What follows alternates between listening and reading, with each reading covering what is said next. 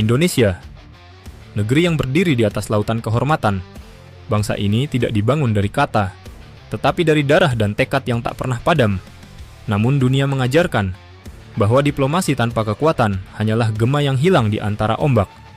Sejarah pernah membuat kita sadar, kehormatan bangsa hanya terjaga jika kekuatannya nyata. Dan kini, perjalanan panjang itu belum berakhir. Kita masih menulis bab baru dari kisah kedaulatan Indonesia.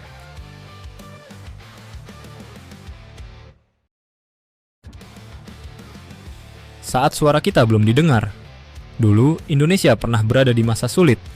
Konflik Sipadan Ligitan menjadi pelajaran pahit diplomasi kita. Kita berbicara di meja internasional, tapi dunia belum mendengar. Di perairan Ambalat, kapal-kapal kita berhadapan langsung dengan kapal asing. Kita tegas, tapi kemampuan masih terbatas. Jet tempur tua, kapal perang minim teknologi, dan kekuatan maritim yang belum setara kawasan. Itulah masa ketika diplomasi kita berjalan tanpa taring. Tapi dari keterbatasan itulah semangat kebangkitan lahir. Bangsa ini sadar, agar dihormati, kita harus memiliki kekuatan yang nyata.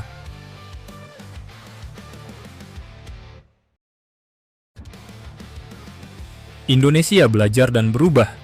Indonesia tidak diam. Kita belajar. Melalui program Minimum Essential Force, menata kekuatan dari dasar. Modernisasi bukan hanya soal membeli alutsista, tetapi tentang membangun sistem pertahanan yang utuh, dari radar nasional, sistem komando udara, hingga kesiapsiagaan siber. Dari udara, modernisasi F-16 EMLU menjadi simbol awal. Lalu datang sang penjaga langit baru, Dassault Rafale, jet tempur generasi 4,5 dengan radar AESA dan kemampuan Beyond Visual Range Combat. Sebuah loncatan besar bagi TNI Angkatan Udara, membawa Indonesia ke era baru kekuatan udara modern. Dari darat, hadir ITBM Kahan, rudal balistik taktis yang dibeli langsung dari Turki. Dengan jangkauan hingga 280 km dan akurasi tinggi, ITBM Khan menjadi daya gedor strategis dan simbol efek deteren Indonesia di kawasan.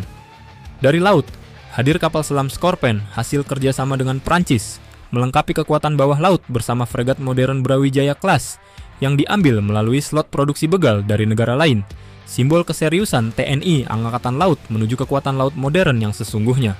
Semua ini bukan sekadar alat perang, melainkan pondasi kedaulatan, bahasa nyata bahwa Indonesia kini menjaga diri dengan kehormatan, bukan ketakutan.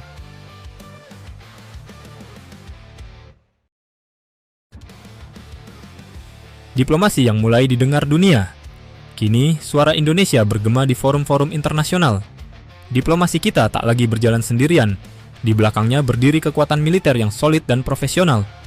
Dari Afrika hingga Timur Tengah, pasukan perdamaian kita hadir membawa nama baik bangsa.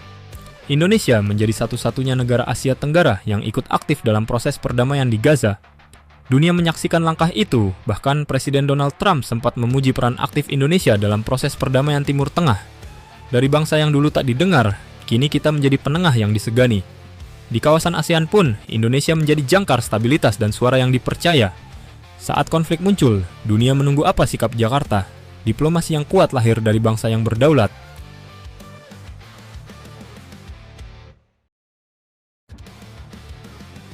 Realitas geopolitik. Dikepung, maka harus kuat. Di peta geopolitik, posisi kita tidak sederhana. Di utara, dinamika Laut Cina Selatan terus bergolak. Di selatan, blok pertahanan, Commonwealth, Malaysia, Singapura, Australia, dan Selandia Baru yang terikat dalam perjanjian pertahanan FPDA bersama Inggris. Artinya jelas, Indonesia berada di tengah pusaran strategis dunia. Maka Indonesia tak boleh lemah. Kita harus mandiri, modern, dan siap menghadapi segala kemungkinan. Kekuatan militer bukan untuk mengancam, tetapi untuk menjaga keseimbangan, memastikan diplomasi kita dihormati, bukan diabaikan. Dunia bergerak cepat, dan hanya negara yang kuat yang mampu menjaga perdamaian di wilayahnya sendiri.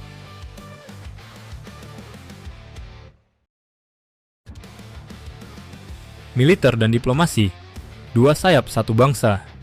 Kini, Indonesia memiliki dua sayap yang terbang seirama. Diplomasi membawa pesan damai dan martabat.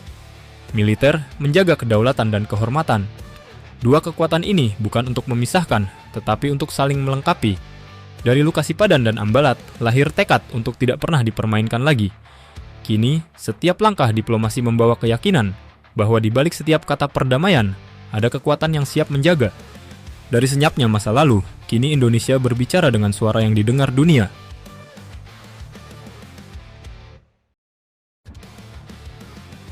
Indonesia on the track. Hari ini, Indonesia belum menjadi adidaya, namun kita sedang melangkah di jalur yang benar. Dari diplomasi yang dulu tanpa daya, kini menjadi diplomasi yang dihormati dunia. Karena militer dan diplomasi bukan dua hal terpisah, keduanya adalah dua sayap dari satu kehormatan bangsa. Dan dengan keduanya, Indonesia terbang semakin tinggi, menuju masa depan yang kuat, modern, dan bermartabat. Selama semangat itu tetap hidup di dada setiap prajurit, diplomat, dan rakyatnya, Indonesia tak akan pernah kehilangan arah, karena kehormatan bangsa adalah napas yang tak pernah padam.